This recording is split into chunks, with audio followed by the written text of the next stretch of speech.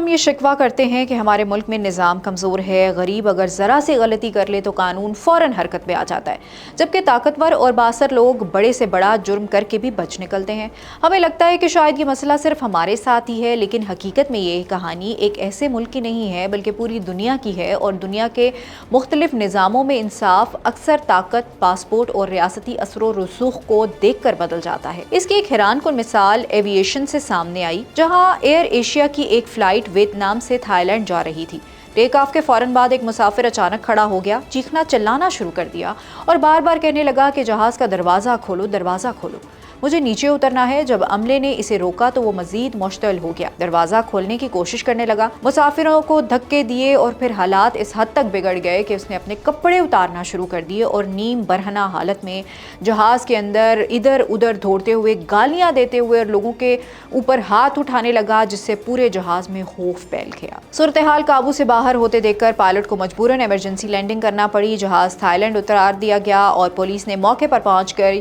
لیکن ہنگامہ کرنے والا شخص یہاں بھی باز نہ آیا اور جیسے ہی جہاز کا دروازہ کھولا، جبکہ سیڑھی ابھی پوری طرح نہیں لگی تھی کہ وہ جہاز سے کود گیا، جس کے بعد پولیس نے اسے حراست میں لے کر کپڑے پہنائے اور ایک طرف بٹھایا۔ اس موقع پر ہر کسی کے ذہن میں یہی سوال اٹھتا ہے، اتنا سنگین جرم کرنے کے بعد اب بھی اس شخص کے ساتھ کیا سلوک کیا جائے گا؟ اگر یہی واقعہ سعودی عرب، امریکہ، یورپ، آسٹریلیا میں ہوتا تو اس شخص پر سخت مقدمہ بنتا، اسے جیل بھیجا جاتا، عدالت میں پیش کیا جاتا، سزا اور جرمانہ ہوتا اور اس کے بعد وہ ڈپورٹ بھی کر دیا جاتا۔ لیکن یہاں معاملہ بالکل مختلف نکلا۔ حکام نے نہ کوئی انویسٹیگیشن کی، نہ مقدمہ چلایا، صرف اور صرف یہ کہہ کر کہ تم نے ایمرجنسی لینڈنگ کروائی اور عوام کی جان خطرے میں ڈالی، اسے ملک میں داخل ہونے کی اجازت دینے سے انکار کیا اور اگلی ہی دستیاب فلائٹ میں اسے اس کے ملک واپس بھیج دیا گیا، جبکہ وہ شخص روسی شہری تھا۔ یہی وہ نقطہ ہے جہاں سوال انصاف کا نہیں بلکہ طاقت اور ریاستی اثر کا بن جاتا ہے، کیونکہ اکثر ممالک یہ بھی دیکھتے ہیں کہ سامنے والا شخص کسی ملک کا شہری ہے اور اس کے پیچھے اس کی ریاست کس حد تک کھڑی ہوگی، اس لیے کئی بار غریب اور کمزور پکڑے جاتے ہیں اور طاقتور ملکوں کے شہری آسانی سے نکل جاتے ہیں۔ اب فیصلہ آپ کے ہاتھ میں ہے کہ کیا اسی روسی شہری کو صرف واپس بھیج دینا درست تھا